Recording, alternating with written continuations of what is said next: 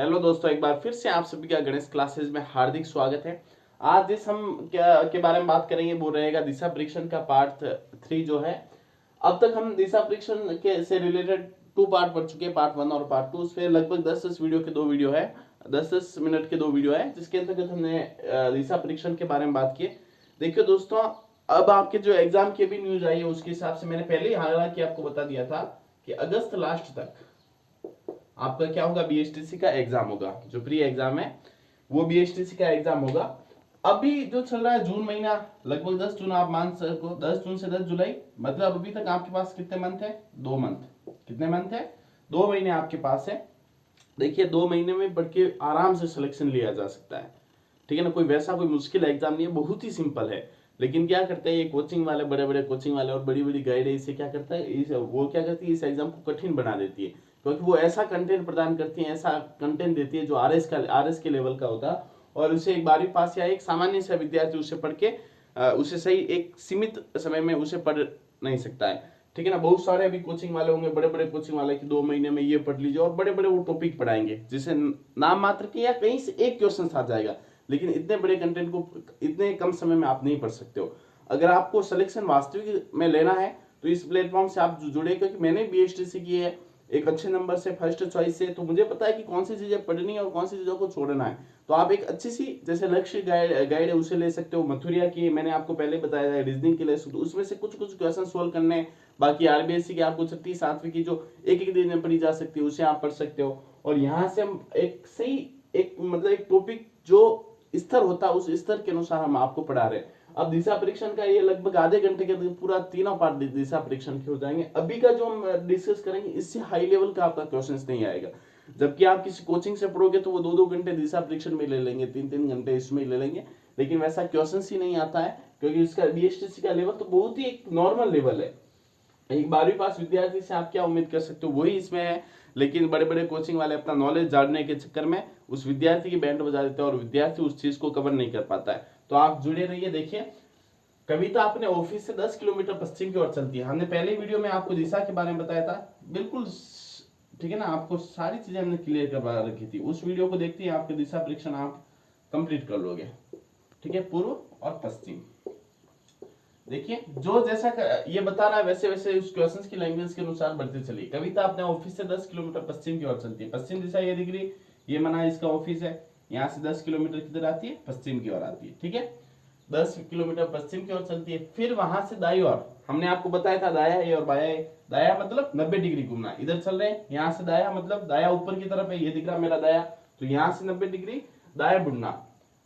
फिर वह वहां से दाएं, देखिए कविता अपने ऑफिस से 10 किलोमीटर पश्चिम की ओर चलती है। यहाँ तक क्लियर, 10 किलोमीटर पश्चिम की ओर हमने चला दिया। फिर वहां से दाई ओर मुड़कर 8 किलोमीटर चलती है। फुल स्टॉप तक आप पढ़ते रहे। फिर वहां से दाई ओर मुड़कर, यहाँ से हम दाई ओर मुड़ेंगे, मतलब उत्तर की तरफ चलेंगे। कितने किलोमीटर चलती है? 8 किलोमीटर। अंत में दाई और मुड़कर 4 किलोमीटर जाती है। फिर से दाई और हमारी दाई साइड ये हो गई, यहाँ से 4 किलोमीटर जाएगी। आपको दाया बाया पता होना चाहिए। दाया मतलब दमदार, आपका दमदार हाथ कौन सा? राइट हैंड, और बाकी बचा वो लेफ्ट हैंड, बाया, ठीक है ना। वह अंत में दाई और मुड़कर 4 किलोमीटर जाती है। तो बताओ अब वह ऑफिस से कितनी दूरी वह किस दिशा में? देखो उसका ऑफिस ये दिख रहा, यहां से मैं दूरी बतानी है और यहीं से मैं इसकी दिशा बतानी। इस ऑफिस से देखो लैंग्वेज को समझे तो बताओ अब वह ऑफिस से कितनी दूरी, इस ऑफिस से कितनी दूरी पर है, वह किस दिशा में? इस ऑफिस से मैं दिशा बतानी, तो इस ऑफिस से दिशा कौन सी हुई? उत्तर और पश्चिम हुई ना। ये यहां से, ठीक है ना, इधर उत्तर, इधर दक्षिण, इधर पूर्व और पश्चिम, और 45 डिग्री के आसपास है। तो ये उत्तर और पश्चिम के बीच दिशा कौन सी मिल गई? में उत्तर पश्चिम। और इसने दूरी भी पूछी है, तो बताइए ये 8 किलोमीटर है, यानी ये भी 8 किलोमीटर है, ठीक है। ये पूरा 10 किलोमीटर है, ठीक है। और यहां से इतना कितना है? ये कितना है? ये 4 किलोमीटर है। तो बचा वो कितना है? ये वाला, ये टोटल 10 है, इतना 4 है, तो ये कितना हुआ? 6 किलोमीटर। और ये क्या बताना है? हमने कर्ण बताना है। हमने पहले ही वाले वीडियो में बता दिया था कि कर्ण कर्ण बराबर लंब स्क्वायर प्लस आधार स्क्वायर। लंब ये दिख रहा, लंब कितना है? 8, 8 का स्क्वायर प्लस आधार स्क्वायर, आधार कितना है? 6 स्क्वायर, ठीक है ना। 8 का स्क्वायर कितना होगा? 64 प्लस 36 बराबर वर्गमूल 100, वर्गमूल 100 का मतलब 10। उत्तर क्या हो गया? 10 किलोमीटर। और कौन सी दिशा होगी? उत्तर पश्चिम। आया आपको समझ? हमने पहले वीडियो में बता दिया था कि कर्ण का जब ये वाली दूरी पूछे ना तब हमें लंब स्क्वायर प्लस आधार स्क्वायर लगाना।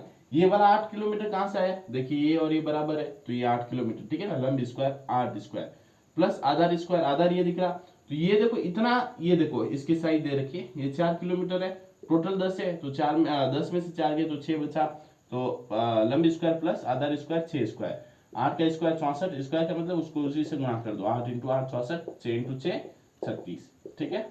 और इस तरह से इसका उत्तर निकल जाएगा।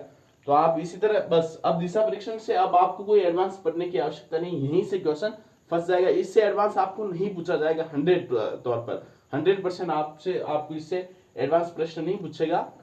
बस इन तीनों वीडियो को आप अच्छे से देख लें और थोड़ी मतलब 10 एक प्रश्न की आप प्रैक्टिस कर लें। किसी बड़ी कोचिंग के चक्कर में पढ़ोगे तो वो मैं कहता हूँ होगा ही नहीं, सिलेक्शन ही नहीं होगा, क्योंकि वो वैसी चीजें पढ़ा देते हैं जिनका कोई सिलेबस से कोई ताल्लुक ही नहीं होता है, उस लेवल से कोई ताल्लुक नहीं होता है।